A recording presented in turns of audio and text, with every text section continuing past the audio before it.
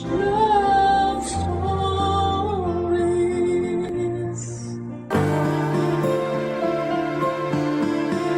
Kung sino ang mga mas nagbibigay, sila ang pinagpapala. Kaya huwag tayong magsawang maging biyaya lalo na sa mga taong sa puso natin napalapit na. Ikaw kabarangay, gaano mo kamahal ang iyong pamilya?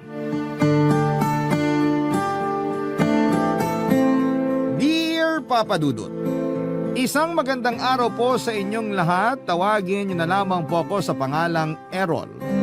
32 years old at kasalukuyang naninirahan at nagtatrabaho dito sa London, United Kingdom. Kasama ko po rito ang mag-ina ko at dito ko na rin nakilala ang asawa ko. Taga rito po siya, Papa Dudut, pero mahal na mahal po niya ang kulturang Pilipino. Malapit din siya sa pamilya ko sa Pilipinas at palagi kaming umuwi tuwing Pasko hanggang Bagong Taon. Pero hindi po love story namin ng wife ko ang gusto kong i-share sa inyo, kundi ang kwento ng pamilya namin. Papa Dudut, tubong masbate po ang angka namin pero napadpad kami sa Rizal. Hindi kami mayaman pero hindi rin naman po naghihikahos. Dati pong machine operator ang tatay ko sa Pasig bago sila nakapagpundar ng telahan at tindahan ng mga damit sa bayan ng Taytay. Yun na po ang magkasama nilang pinagkakabalahan ng nanay ko hanggang sa kasalukuyan. Dalawa lamang po kaming anak nila, bunso ako at may nakakatandang kapatid ako na si Ate Aida. 5 years ang tanda niya sa akin. Close po kami ng ate ko, Papa Dudut. Role model ko siya dahil mabait siyang anak at lagi niyang napapasaya ang mga magulang namin. Pero noong 18 years old na siya ay nabuntis siya ng boyfriend niya at nalaman yun ng parents namin. Nagkasamaan sila ng loob pero sa huli ay pinatawad at tinanggap pa rin nila si ate. Kaya lang ay hindi po tumagal yung pagsasama ni na ate at ng boyfriend niya. Pagkatapos ng 5 taon ay nalaman ni na mama at papa na sinasaktan siya nito physically at ng bababae pa. Pinaghiwalay sila ng mga magulang namin at simula noon ay sa bahay na namin tumira sina ate at ang pamangkin ko. Para sa akin ay walang kaso yon dahil mahal na mahal ko po silang pareho, Papa Dudut.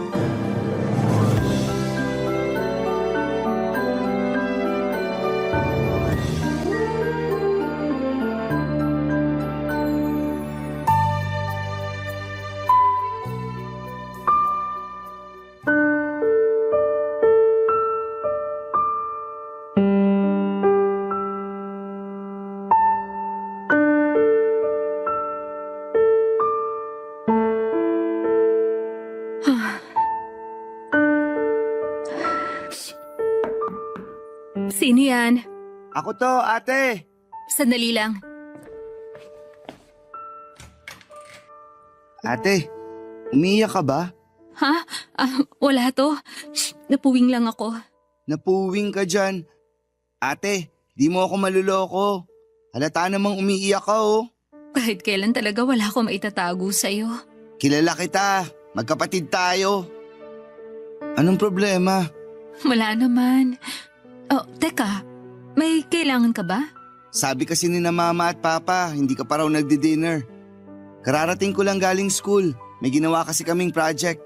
Yayayain sana kitang kumain. Ganon? Oo, kaya tara na. Wala akong gana eh. Mamaya na lang siguro. Sabi ko na eh, may problema ka talaga. Yun yung dahilan kaya ka umiiyak no.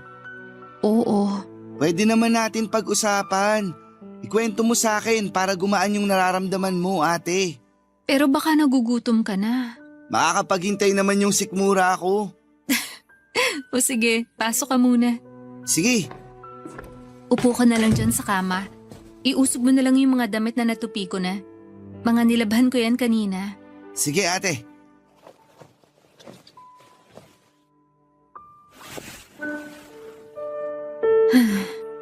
Huhulaan ko. Tungkol na naman ba yan dun sa dati mong kinakasama? Oo eh. Tinawagan mo na naman ba siya, ate? Oo, pero Nalaman ko may iba na siyang kinakasama. Ha? Seryoso ba yan? Seryoso. Tapos, sinabihan niya ako na hindi na siya makakapagbigay ng sustento sa anak namin. Nag-iipon daw kasi siya ng pera para dun sa panganganak ng bago niya. Kapal ng mukha nun ah. Anong sinabi mo sa kanya? Katulad nung dati, nagalit ako. Tinanong ko kung paano niya nagawa sa amin ng anak ko na basta na lang ipagpalit sa iba. Pero sinumbatan niya ako. Ako naman daw yung umalis at kami yun ang iwan sa kanya kaya wala akong karapatang magalit. Matagal ka na niyang niloloko, tapos sinasaktan ka rin niya. Lakas naman ng loob niya na sisihin at sumbatan ka. Ay, ate naman. Bakit hanggang ngayon gusto mo pa rin makipagbalikan sa lalaking yun? Hindi ko rin alam ang sarili ko. Alam ko naman na hindi ko deserve na saktan at abusuhin pero parang hindi ko naman kaya mawala siya sa akin. Kaya lang, mukhang wala na talaga. Hindi na maaayos yung pamilya namin kasi may iba na siya. Sorry ate, pero para sa akin, matagal nang sira yung pamilya niyo at kasalanan niya yun. May kasalanan din naman ako. Siguro kasi hindi ako naging sapat sa kanya. Ang sabihin mo, masyado siyang mapaghanap. Kung pwede ko lang talagang pangahan ngayon yung lalaking yun, gagawin ko. May ganti man lang kita sa kanya. O kaya kahit isang malakas na sapak lang ate. Talagang ayaw mong naagrabyado ang ate mo ah. Ayoko talaga. Kaya nga ang saya ko nung naghiwalay na kayo eh. Kaso, nakakalungkot din naman ngayon kasi mukhang di ka pa rin okay. Ang hirap naman kasi maging okay. Hanggang ngayon kasi, mahal ko pa rin siya. Pero kailangan kong kayanin para sa anak ko. Hindi ka naman namin minamadali na maging okay agad ate. Basta kahit na anong mangyari, nandito lang kami ni na mama at papa. Lalo na ako. Pwede mo akong kwentuhan. Makikinig ako kahit na paulit-ulit pa yan. Kapatid mo ko. Paramay mo ko lalo na sa mga ganitong sitwasyon. Salamat, Errol. Sa totoo lang, gumaan ng konti yung loob ko nung naikwento ko na sa'yo. Walang anuman. Basta kung anumang bumabagabag sa'yo, sabihin mo lang sa akin. Saka malalampasan mo rin yan ate. Nagawa mo at kinaya siyang iwan para sa kapakanan niyong mag-ina. Alam ko wala ako sa sitwasyon mo pero kahit papano, naiintindihan ko kung bakit hanggang ngayon hindi ka pa rin makabitaw. Hayaan mo na muna. Iiyak mo lang. Magiging maayos din ang lahat. Aminado ang ate ko na nabulag siya sa pag-ibig at pinagpalit niya yung pagkakataon na makapagtapos ng pag-aaral noong pumayag siyang may mangyari sa kanila ng dati niyang kinakasama. Mula nang bumalik siya sa bahay namin ay walang araw na hindi ko nakita sa mga mata ng kapatid ko yung hiya at pagsisisi dahil sa sitwasyon nila noon ng pamangkin ko. May pagkakataon din na narinig ko siyang umiiyak at nagmamakaawa sa lalaking yon habang kausap niya sa cellphone. Habang pinag-uusapan nila ang tungkol sa pagbabalikan nila. Gusto ni ate na sila ang piliin sa halip na yung bago nitong kinakasama. Dahil doon ay alam kong hindi pa rin nakakapag-move on si ate kahit na naranasan niyang abusuhin at saktan ng taong mahal niya. Nalulungkot din ako para sa pamangkin ko dahil hindi man lang nito mararanasan na magkaroon ng buong pamilya. Pero naniniwala po ako na masyado nang makaluma ang konseptong ito. Para kasi sa akin ay walang silbi ang pagiging buo ng isang pamilya kung meron namang nang aabuso.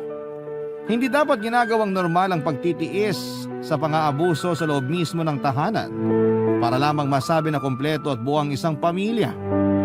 Kaya sang-ayon po ako noong binawin ni na mama at papa si ate sa abusado niyang kinakasama.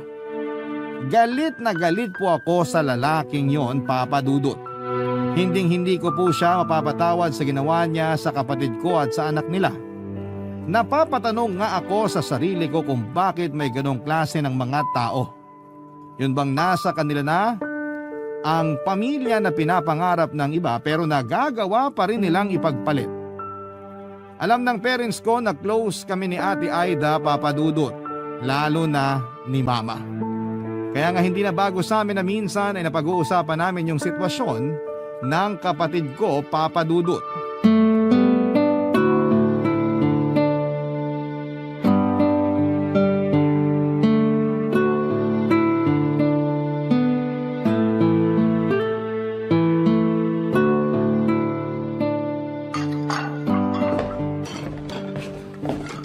Ma, ako na po maghuhugas dyan. Maupo na lang po kayo at tapusin niyo yung kinakain yung cake. Sigurado ka ba, anak? Opo, saka kayo na rin yung nagluto. Baka mapasma kamay niyo. Mamaya ka na maghugas dyan. Upo ka muna tapos samahan mo ko kumain dito. May isang slice pa kasi ng cake na dala ng papa mo. Ubusin mo na para hindi ko na ilalagay sa ref. Sige po. Kumain na po ba nito si ate? Parang di ko siya nakitang kumuha ng cake kanina. Hindi nga eh. Walang gana yung ate mo. Paborito pa naman niya to. Baka hanggang ngayon malungkot pa rin siya. Ano bang ikalulungkot niya? Yung paghihiwalay nila nung tatay ng anak niya? Opo. Eh bakit niya ikalulungkot yon? Dapat nga magalit siya sa lokong yun eh. Sabihan ba naman siya na di susustentuhan yung anak nila? Napaka-irresponsabling lalaki. Yun na nga po, ma. Sobrang kapal ng mukha ng lalaking yun. Sarap pangaan. Mabuti pa nga, nang makaganti naman tayo doon. Seryoso? Gusto niyo ako makipag-away? Siyempre biro lang. Pero kasi ako yung nasasaktan sa sitwasyon ng ate mo. Sinabi ko nga sa kanya na ireklamo niya yung hindi pagsusustento eh.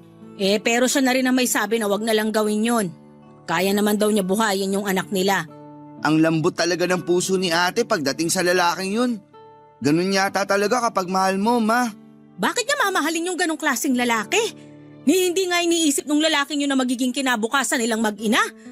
Hay! Ibang klase. Lakas pa ng loob na ipangalanda ka na pinagpalit niya yung ate mo. Sinabi pa na sina ate naman daw yung umalis at nang iwan. Kaya siguro malakas ang loob na ipagpalit sila. Naaawa talaga ako kay ate kasi hindi niya deserve yun, ma. Kahit naman sino maaawa sa ate mo. Kaya ikaw, wag na wag mong gagayahin yung ganong klaseng lalaki, ha? Si mama talaga. Sumagot ka na lang, Errol. Ma, hindi niyo na po kailangang sabihin yun sa akin. Nakita ko naman po kung paano tratuhin ng lalaking yun si ate. Kaya hindi ko yun gagayahin pag ako naman yung nagkaroon ng pamilya. Pero saka na yung pagpapamilya mo. Ang bata-bata mo pa. Magtapos ka muna ng pag-aaral, ha? Wag po kayong mag-alala. Kasi wala pa naman sa isip ko yun pagkakaroon ng sariling pamilya, ma. Magtatapos muna po ako ng pag-aaral para makapagtrabaho at makatulong sa inyo ni na papa. Nanghihinayang lang talaga ako na hindi na nakatapos ng pag-aaral yung ate mo. Pero ayoko na siyang sisihin ng paulit-ulit kasi nangyari na yon. Ang mahalaga, ligtas na siya mula dun sa mapang-abuso niyang kinakasama. Nagpapasalamat naman po si ate kasi magkakasama na ulit tayo. Lalo na po dahil sa second chance na binigay niyo sa kanya. Matitiis ba naman namin ang ate mo? Anak namin yon.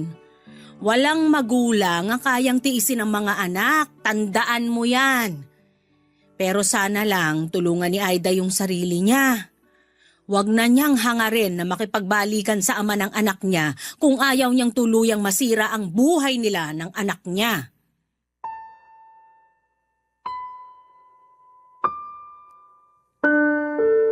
Papa Dudut, naiintindihan ko po si Mama dahil magulang siya.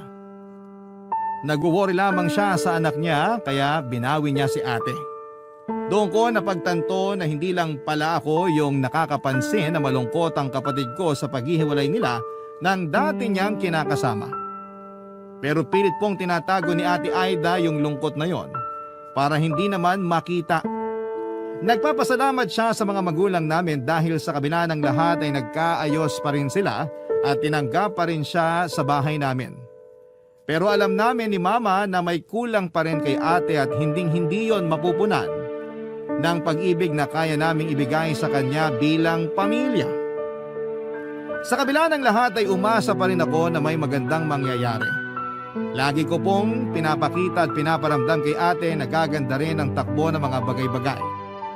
Bukod doon ay mahal na mahal ko ang anak niya. Kaya naman ang hiling ko lang ng mga panahong yon, kung pagbibigyan pa ng Panginoon na magkaroon ng bagong tatay ang pamangkin ko, sana ay yun na talaga ang lalaking magmamahal ng totoo sa kanila ng ate ko. Hiniling ko noon na kung may darating man sa buhay ng ate ko, sana'y hindi na siya saktan o ipagpapalit sa iba, Papa Dudut.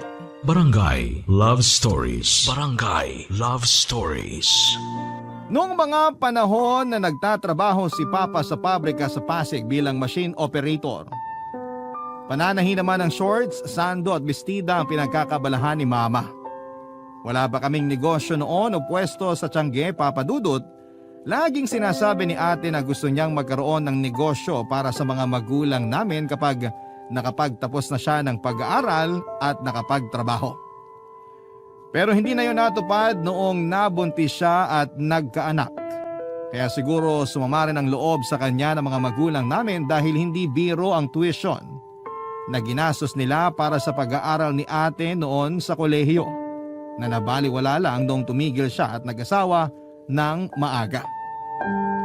Kaya yung pag-aaral ko na lamang po ang pinagtuunan ng pansin ng mga magulang namin pero nahirapan pa rin kami noong naaksidente si Papa. Nabangga po ang sinasakyan niyang motor ng isang truck dahilan para maapektuhan ang kanang binti niya. Ilang buwan din po siyang nag-therapy at doon napunta halos ang lahat ng perang inipon ng mga magulang namin. Nung umuwi si ate sa bahay namin ay naghanap siya ng trabaho para makatulong sa mga gastusin.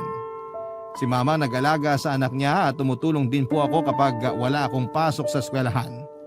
Nagtatrabaho po bilang store clerk at cashier sa isang shawarma store sa mall ang ate ko. May mga pagkakataon na yung sweldo na niya ang bumuhay sa amin ng ilang buwan. Siya rin ang nagbibigay sa akin ng baon sa school at paggastos para sa mga projects ko. Mabuti na lamang at scholar ako sa isang university sa Maynila. Wala naman pong reklamo si ate kahit na hindi gaanong kalaki ang kinikita niya. Lagi niyang sinasabi na gagawin niyang lahat para makabawi sa amin na pamilya niya, Papa Dudut.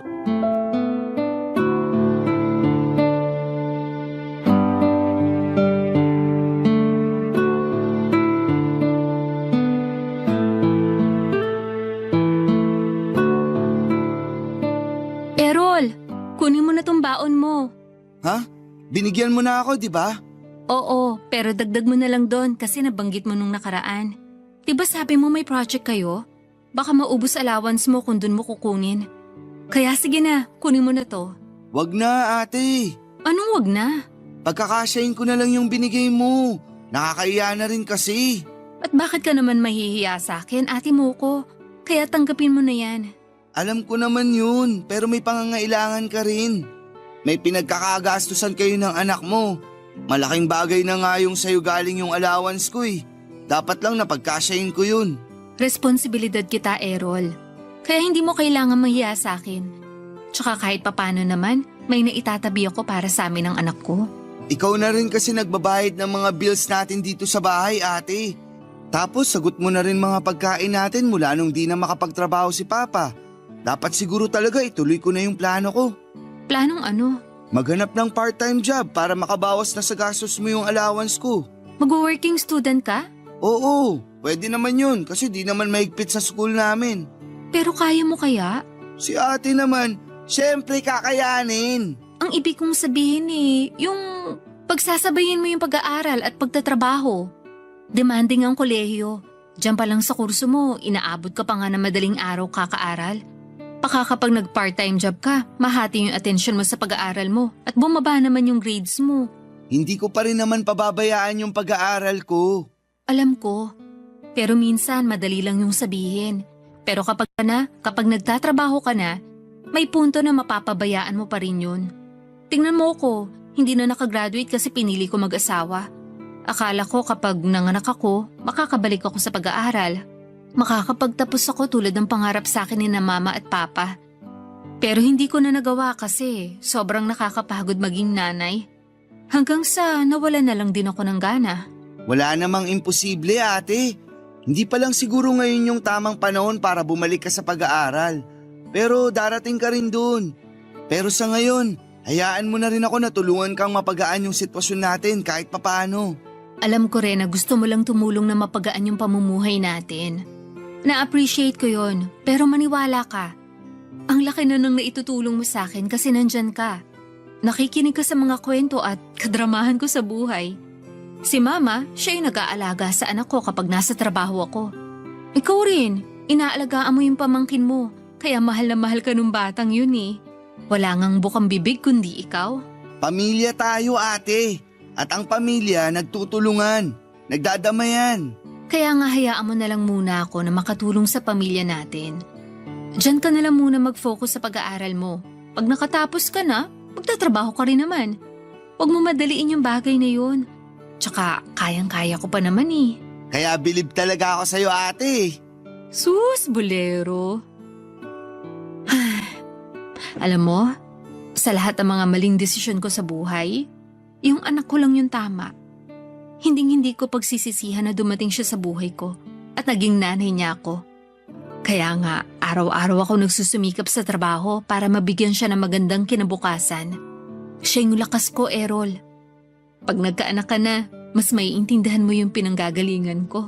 Naiintindihan ko naman kahit paano, ate. Kaya nga proud na proud kami sa'yo. Tapos ngayon, halos ikaw lang yung inaasahan namin. Lalo na sa mga gastusin natin sa bahay.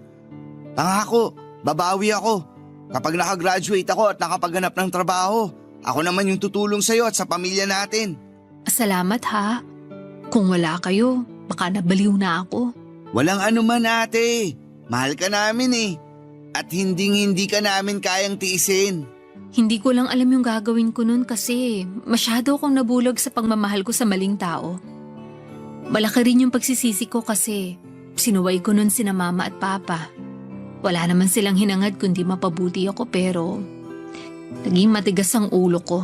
Ano ka ba, ate? Tapos na yun. Hindi mo kailangang paulit-ulit na sisihin yung sarili mo. Salamat talaga, Errol. Pero kunin mo na kasi tong pera.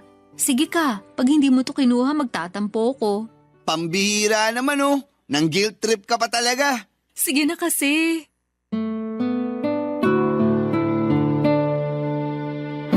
Papadudot, ganon ko kamahal si Ate Aida at hanga ako sa ipinakita niyang pagmamahal para sa anak niya.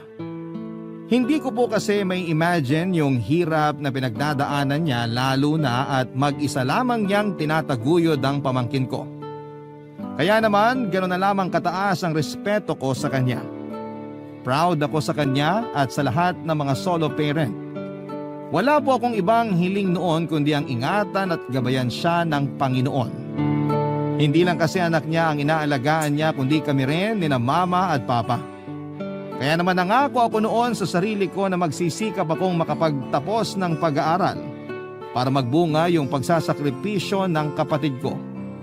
Hindi nga nagtagal ay nakagraduate po ako bilang cum laude sa kursong secondary education.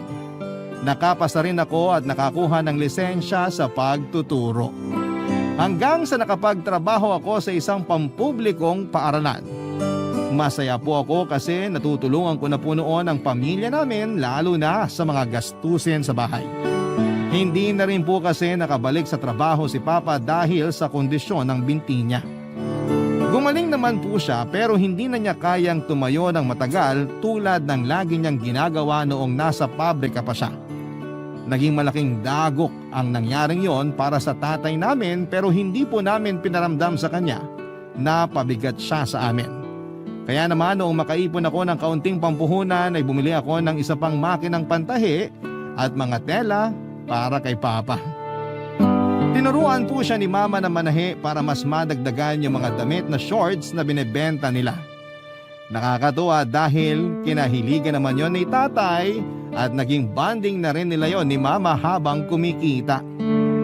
Pero Papa Dudut, isa na namang pagsubok ang dumating sa pamilya namin na masasabi kong nagpabago ng pananaw ko sa buhay.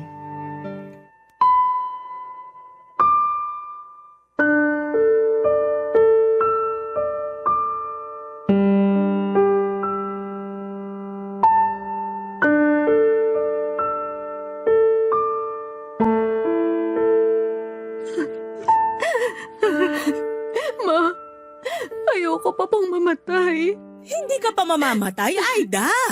Tigilan mo nga yung kakasabi mo ng ganyan. Pati tuloy ako naiiyak na rito. Ate, tama si Mama. Hindi ka pa mamamatay. Alam ko naman na lahat tayo doon din ang punta pero ayoko pa, Ma. May anak ako. Kaya nga magpapagamot ka. Tama si Errol. Saka mas mabuti ng maaga mong nalaman yung sakit mo. Hindi yung kung kailan malala na. Ano mas mabuti doon, Ma? Malala na rin naman yung sakit ko. Tsaka ang mahal-mahal ng dialysis ko, alam nyo lang. Magkakanda kuba-kuba ako sa pagtatrabaho. Tapos, doon lang din pala mapupunta. Parang ang hirap naman tanggapin noon. Tutulungan ka namin, ate. Di ba, Ma? Tutulungan natin si ate. Oo naman. Kahit naman papano may naipon kami dun sa maliit naming negosyo ng papa nyo. Pero Ma, nakakahiya. Anong nakakahiya doon? Anak ka namin. Saka sabi mo ayaw mo pang mamatay, di ba? Oo naman po, kasi maliit pa yung mga anak ko. Kawawa siya kapag nawalan siya ng nanay. Kaya nga magpapagamot ka. Tutulungan ka namin ni Errol. Hindi ka na dapat mahiya kasi pamilya mo kami. Ay, ewan ko ba naman sa'yo't bigla mong naisip yung hiya-hiya na yan? Kung bakit kasi sa dinami-dami ng tao, ako pa talaga yung tinamaan ng sakit na to. Marami namang mga masasama dyan. Yung mga kriminal, sana sila na lang. Wala naman silang binubuhay na anak eh. Hindi rin kami makapaniwala na magkakasakit ka ng ganyan, ate. Akala kasi namin gagaling ka rin pag nakapagpahinga ka, pero iba na pala. Nakakabigla talaga. Pero naniniwala ako na pagsubok lang to sa'yo ng Panginoon para maging mas matatag ka, anak. Kaya wag na wag kang susuko. Wag na wag kang magpapatalo sa sakit mo. Susubukan ko, Ma. Pero nahihirapan pa rin po kung tanggapin ito. Kasama mo naman kami, ate. Hindi ka mag-isang lalaban dyan sa sakit mo kasi nandito kami ni na mama at papa. Pati yung anak mo, hindi ka namin iiwan. Thank you, Errol. Hindi ko alam yung gagawin ko kung sakaling wala kayo. Hindi ka namin pababayaan. Kaya wag ka na mag-isip ng kung ano-ano. Sundin mo lang yung sinabi sa'yo ng doktor. Iwasan mo yung mga pagkain at inumin na bawal sa'yo. At magpagamot ka para bumuti yung pakiramdam mo. Para naman kayong doktor magsalita, Ma. Siyempre, nag-aalala ako sa'yo. At gusto kong alagaan ka kasi anak kita. Kaya huwag ka na masyadong mag-alala kasi nandito kami para sa'yo, ate. Basta ipangako mo sa amin na lalaban ka para sa anak mo. Siyempre marami pa kayong pagsasamahan. Nung nakaraan nga nabanggit niya sa akin kung gaano kanya kamahal. Talaga? Oo, nagkwentuhan kasi kami. Tinanong ko siya kung ano yung pangarap niya. Gusto niya raw maging piloto. Kasi gusto mo raw makasakay ng eroplano kaya sabi niya siya yung magmamaneho. Nakakatuwa talaga yung apo ko. Napakabibo. Kanino pa po ba magmamana yung apo niyo? Eh di sa tito. Ay nako. Akala ko sasabihin mo sa akin nagmana. Joke lang. Sa'yo talaga mana yung anak mo, ate. Sa akin lang pagdating sa kapugian. Kitang-kita ko sa mga mata ni Ate Aida ang matinding takot noong sabihin niya sa aming may chronic kidney disease siya. At malala na yon dahil kinakailangan na niyang sumailalim sa dialysis. Pero higit pa roon yung takot niya dahil meron po siyang anak na maiiwan sakaling hindi bumuti ang kalagayan niya, Papa Dudut. Napakabata pa po ng pamangkin ko para maulila sa ina. Kaya naman ramdam namin ang matinding sakit at pangamba sa mga salita ni Ate Aida. Ang totoo ay nagpapakatatag lamang ako pero nadudurog na rin ang puso ko ng mga sandaling yon. Kaya nga kahit papaano ay ginagawa ko ang lahat para gumaan yung usapan namin. Sa kabila ng lahat ay pamilya pa rin naman ang magdadamayan. Yun po ang laging sinasabi sa amin ni na mama at papa. Kaya naman napanatag ang loob namin ng kapatid ko. Pero alam ko na nandun pa rin yung takot sa puso ni Ate Aida. Bukod kay mama, ako po ang kasakasama ni ate sa mga dialysis niya. Ako na rin po ang nagsilbi niyang kanang kamay sa bahay namin. Lalo na't marami na siyang mga bagay na hindi kayang gawin. Malaki po ang ibinagsak ng katawan ni Ate Aida, namayat siya ng sobra. Pero siya pa rin yung kapatid ko na positibo at walang reklamo. Hindi po nawawala ang paniniwala ko na magiging maayos din ang lahat, Papa Dudut.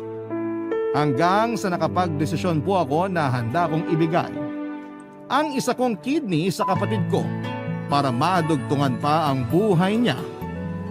Papa Dudut. Barangay Love Stories. Barangay Love Stories. Nung una ay tinanggihan po ni Aida ang suhestyon kong sumailalim kami sa kidney transplant dahil maapektuhan noon ang kalidad ng pamumuhay ko. Sinabi niya sa akin na bata pa raw ako at marami pa akong pwedeng gawin na posibleng hindi ko na magawa sakaling maoperahan ako. Pero para sa akin lahat ng mga bagay na yon ay walang saysay kung mawawala siya, Papa Dudut.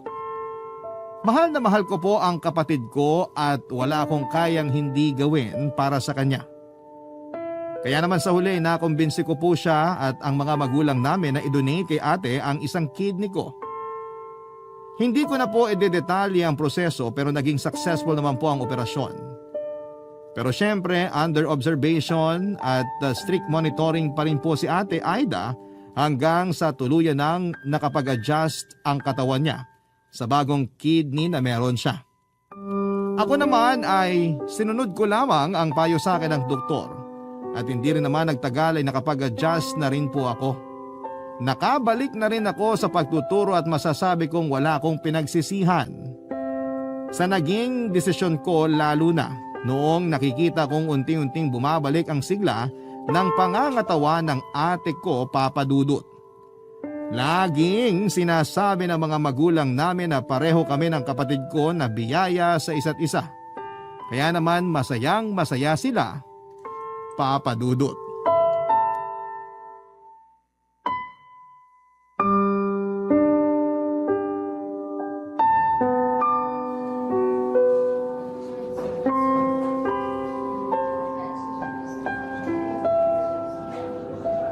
Kamusta na pakiramdam mo, ate?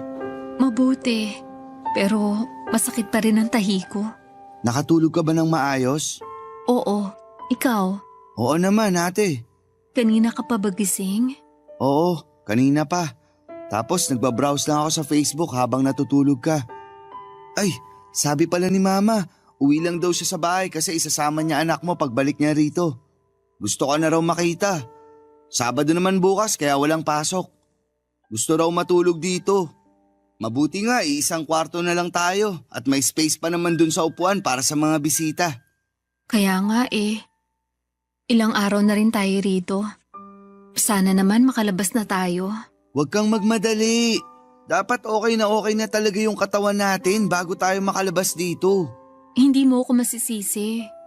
Feeling ko kasi ang tagal-tagal ko nang nandito sa ospital. Akala ko nga hindi na ako makakalabas ng buhay dito eh. Huwag mo naman sabihin yan. Akala ko lang naman. Nung operation day kasi, grabe yung kaba ko. Mukha lang akong kalmado pero kinakabahan talaga ako noon. Pero syempre, nagdasal ako na sana maging ligtas tayong dalawa. Lalo ka na kasi napakabuti mong kapatid. Salamat sa pag-donate mo sa akin ng isang kidney mo ah. Malaking bagay yun para madugtungan pa ang buhay ko. Hindi ko alam kung paano kita mababayaran. Habang buhay kong tatanawin na utang na loob yung ginawa mo. Hindi naman ako naniningil kaya wala kang kailangang bayaran sa akin, ate. Ginawa ko yun kasi mahal kita. Magkapatid tayo. Laging sinasabi ni na mama at papa na magtulungan daw tayo. Na magdamayan sa oras ng pangailangan. Kaya sinusunod ko lang yung bilin nila. Ay, ako rin naman. Natakot nung bago tayo operahan. Nagdasal din ako. Sabi ko, kung may mawawala sa atin, sana ako na lang. Wag na ikaw. Ano bang pinagsasasabi mo? Siyempre kasi may anak ka, ako wala. Kung mawawala ka, paano na lang yung pamangkin ko, di ba? Hindi porke wala ka pang anak, hindi na mahalaga ang buhay mo. Baliw ka talaga. Baliw na akong baliw. Pero buti na lang kasi mabait pa rin ang Panginoon. Wala siyang kinuha sa atin. Pareho niya tayong iniligtas. Isa pa, nagdasal talaga sina mama at papa para sa ating dalawa. Iba talaga yung kapangyarihan ng dasal ng mga magulang. Lagi tayong nililigtas. Kaya nga masayang masaya sila, ate. Ako rin, masayang masaya. Wala akong ibang hiling kundi maging maayos na yung pakiramdam mo. Yun din ang gusto kong mangyari sa atin. Para makabalik ka na sa pagtuturo. Malamang, miss na miss ka na ng mga estudyante mo. Miss ko na rin sila. Alam mo, proud na proud talaga ako sa iyo, Errol. Kasi tinupad mo yung pangako mo na makakagraduate ka. Tapos naging teacher ka at nakakapagturo na. Lagi kang pinagmamalaki ni na mama at papa. Siyempre, ganun din ako. Ikaw ba naman ang magkaroon ng kapatid na teacher? Marangal na propesyon kaya ang pagtuturo. Mahal na mahal ko ang pagiging teacher, ate. At masaya ako sa ginagawa ko. Pero nakakatawa lang kasi kahit ako mismo, may natutunan eh. Ano naman yon? Tungkol sa unconditional love. Na may mga bagay pala akong kayang gawin hindi lang para sa mga magulang natin, kundi para sa'yo na rin kasi kapatid kita. Natutunan ko rin na sulitin yung bawat sandali. Magpasalamat sa may kapal, sa mga biyaya kahit na hindi madali yung buhay natin. Kasi hindi natin alam kung kailan niya tayo kukunin. Pangalawang buhay na natin to. At gusto ko yung gamitin sa mas makabuluhang gawain na kasama kayong lahat. I-enjoy naman natin yung buhay, ate. Tama ka. May natutuhan din ako sa nangyari. Dati ayoko na lagi nagpipicture kasi nakukornehan ako. Tanda ko nga na sinabi mo yan nung pinipicturan ko kayo ng anak mo nung kumain tayo sa labas. Sabi mo nga corny at tama na yung isa. Pero makulit ako. Gusto ko kasi maraming pictures. Oo, pero natutuhan ko na wala namang kaso yon. Kasi yung mga picture na yun naman pwede nating balik-balikan para ipaalala yung mga simpleng memories natin. At tulad mo, gusto ko rin mas enjoyin yung buhay. Papadudot nag-aral po si Ate Aida bilang virtual assistant at hindi nagtagal ay nakapagtrabaho siyang muli. Less hassle po yun dahil nasa bahay lamang siya at hindi kailangang bumiyahe, papasok at pauwi mula sa trabaho. Tapos nakakapag-bonding at naasikaso rin niya ang anak niya. Binigyan din po niya ng perang pangpuhunan ng mga magulang namin para makapag-expand ang negosyo nila. At yun na nga po yung tilahan at tindahan nila ng mga damit at punda sa Taytay, Tiangge. Doon na po nagsimulang umasenso ang pamilya namin dahil sa pagtutulungan namin. Lumipas pa po ang ilang taon at naging maayos po ang takbo ng lahat. Nagtuloy-tuloy ang mga biyaya na dumarating sa pamilya namin at sa kabuhayan namin. At walang hanggan po ang pagpapasalamat ng mga magulang namin sa Diyos. Lalo na sa pagkakaloob ng ikalawang pagkakataon upang madugtungan ang buhay ni Ate Aida. At pagkatapos ay natupad din ang panalangin namin ni Mama na sana'y makatagpo si Ate ng isang lalaki na magmamahal sa kanila ng anak niya. At yon ay sa katauhan ng boyfriend niyang si Mike. Isang araw ay meron pong binalita sa amin si Ate Aida. Dahilan para lalo po kaming maging maligaya para sa kanya.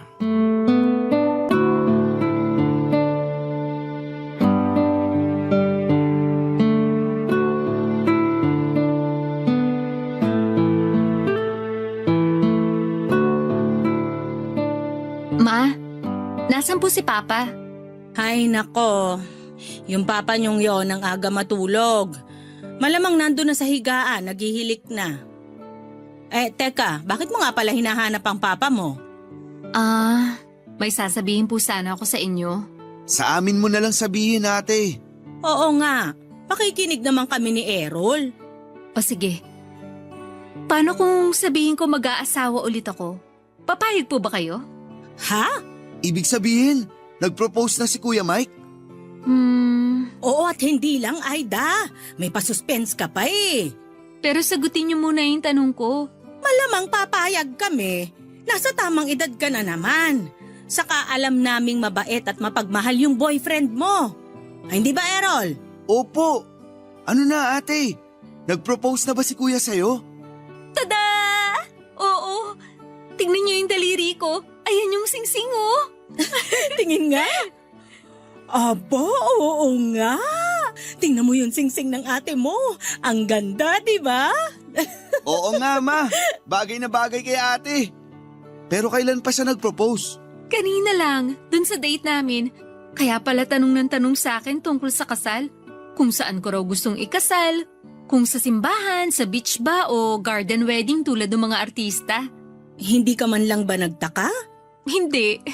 Hay nako, palibasa, yan yung bagay na hindi ginawa sa'yo nung dati mong kinakasama.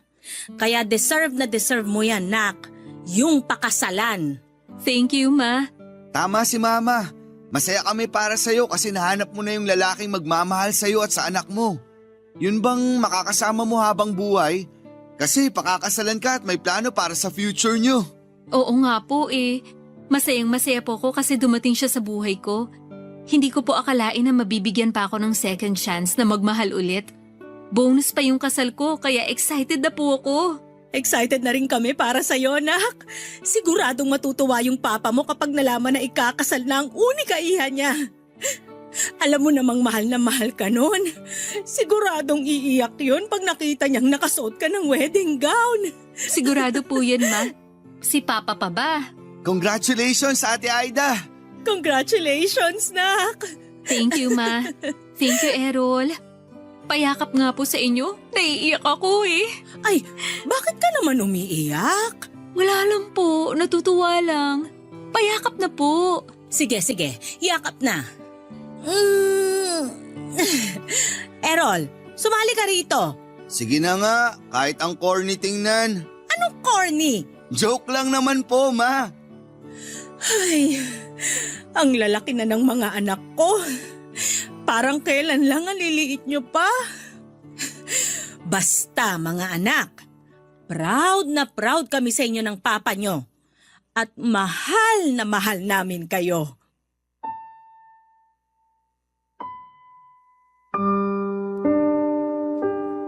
Pagkalipas po ng 6 na buwan ay kinasal na si Ate Aida at ang boyfriend niya, Papa Dudut. Intimate garden wedding ang kasal at sobrang saya po ng kapatid ko. Masayang masaya din po mga magulang namin at napaiyak nga si Papa tulad ng inaasahan namin. Kahit naman ako ay hindi na rin napigilan ng pagiging emosyonal. Pero hindi ko lang pinahalata dahil baka tuksuhin nila ako. Wala pong pagsidla ng saya at pasasalamat sa puso ko. Dahil sa wakas ay nakamit na ni Ate Aida yung happy ending sa piling ng lalaking mahal niya at mahal siya. Sobrang deserve niya ang ganong klase ng pakiramdam. Sa kasalukuyan ay nasa mabuting kalagayan naman po kaming pareho ni ate at syempre marami pong nagbago sa lifestyle namin. Pero lahat ng yon ay sinunod namin para mas mapangalagaan at maingatan ang ikalawang buhay na pinagkaloob sa amin ng may kapal. At kahit na malayo na kami sa isa't isa dahil sa ibang bansa na ako nakatira ngayon, palagi ko pa rin pong naaalala ang pamilya ko na nasa Pilipinas. Hindi po naputol ang komunikasyon namin, Papa Dudut. Hanggang dito na lamang po ang kwento ko at marami pong salamat kung sakaling mapili po ninyong i-ere ang istorya ng buhay namin. Sana rin po ay kinapulutan po ito ng aral at inspirasyon ng mga kabarangay natin. More power and God bless. Sa Barangay Love Story sa Barangay LS 97.1. Ang inyong forever kapuso at kabarangay Errol. Nagustuhan ng iyong napakinggan? Ituloy yan via live stream sa www.gmanetwork.com/radio.